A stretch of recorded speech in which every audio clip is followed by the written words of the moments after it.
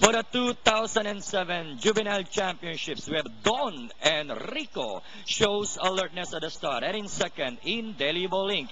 Running in third, Anonymous, Viral, Anopose. In between horses, he's the man.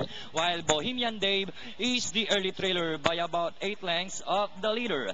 As they round the 3/4 mile distance, we have Enrico, the early leader by about 2 lengths. Indelible Ink is right behind in second. And about back in third comes and Banopos and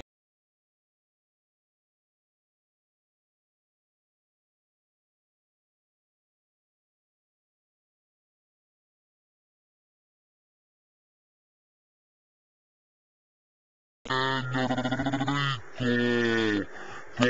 continues to dictate terms, but here comes Indelible Link, now moving upon the yards and leveling up, this time by a long neck. As they race the final corner, we can concentrate on these first two.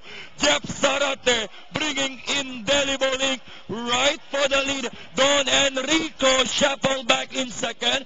Inside the last 100, Indelible Ink, unerasable, cannot be removed for this Juvenile Championship for the year 2007 and winning this race, throwing away. Second, we have Don